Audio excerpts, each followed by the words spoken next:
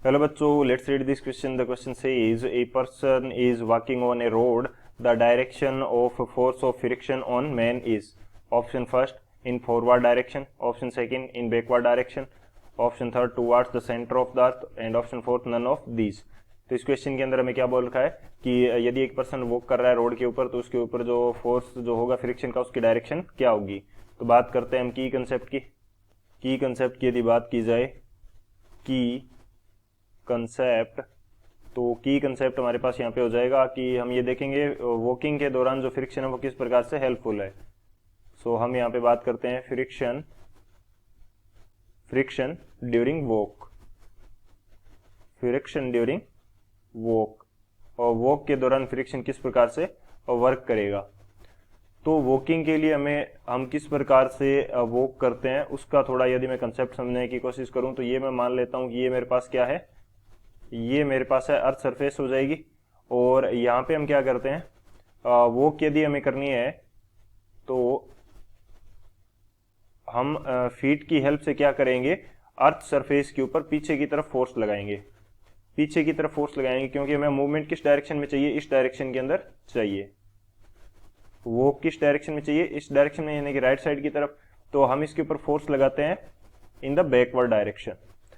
तो यहाँ पे क्या बेसिक जो फंडा होता है वो क्या रहता है कि हमने पैर के थ्रू इसके ऊपर फोर्स लगाया अर्थ सरफेस के ऊपर, लेकिन अर्थ का जो मास है वो काफी ज्यादा है, हमारी तुलना में बहुत ज्यादा है, जिसकी वजह से हम अर्थ को मूव करवा नहीं पाते. सो हमारा जो पैर है वो क्या करेगा, पीछे की डायरेक्शन में स्लिप करेगा.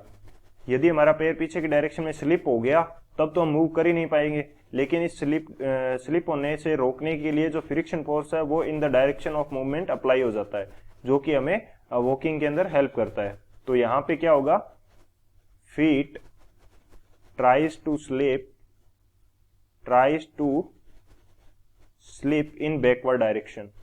इन बैकवर्ड डायरेक्शन, बैकवर्ड डायरेक्शन के अंदर ये स्लिप करेगा, लेकिन इस स्लिप को रोकने के लिए हमारे पास क्या हो जाएगा, फ्रिक्शन वर्क करेगा.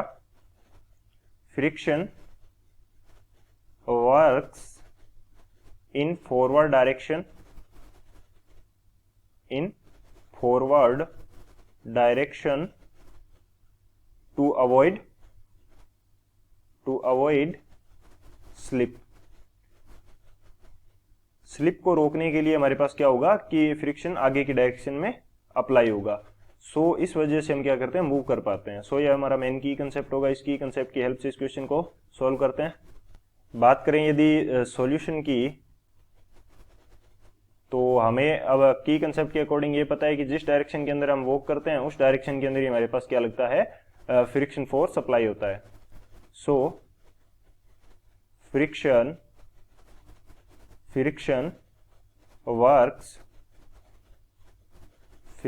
works in the direction